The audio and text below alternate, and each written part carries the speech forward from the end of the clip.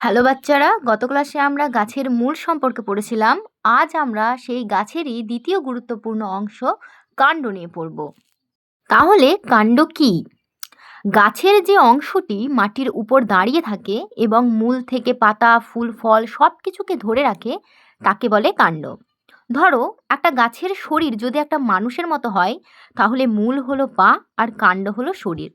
আর কাণ্ডই গাছকে সোজা দাঁড়িয়ে থাকতে সাহায্য করে। এবার আমরা দেখব কাণ্ডের প্রধান কাজগুলো কি কি।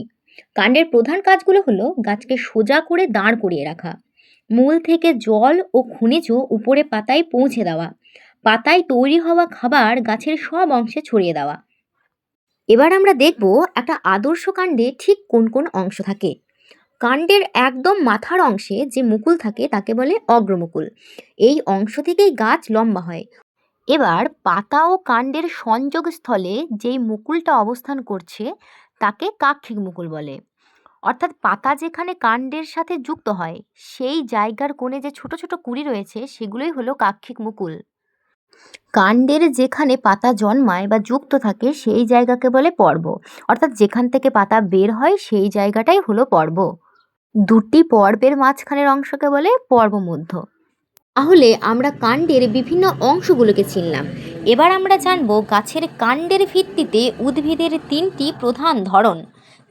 যে গাছগুলো খুব ছোট ছোট হয় আর তার কাণ্ডগুলো খুব নরম হয় সেই ধরনের গাছকে বিরুৎ জাতীয় গাছ বলে, যেমন ধান, গম, পুদিনা। মাঝারি আকারের যে সকল উদ্ভিদ যাদের কাণ্ড শক্ত কিন্তু একেবারে মোটা নয়, গোড়া থেকে অনেকগুলো ডাল বের হয়, সেইগুলো হলো গুল্ম গাছ, যেমন গোলাপ, জবা, লেবু গাছ। যে সকল উদ্ভিদের কাণ্ড মোটা, শক্ত ও কাঠের মতো হয় এবং যাদের একটি প্রধান কাণ্ড থাকে সেগুলোকে বলা হয় বৃক্ষ, যেমন আম গাছ, বট গাছ, নারকেল গাছ, পাইন গাছ। তাহলে আমরা খুব সহজভাবেই উদ্ভিদের তিনটি ধরন শিখে নিলাম। যদি তোমরা বুঝতে পেরেছো তাহলে আমাকে কমেন্টে জানাও গোলাপ গাছ কোন ধরনের।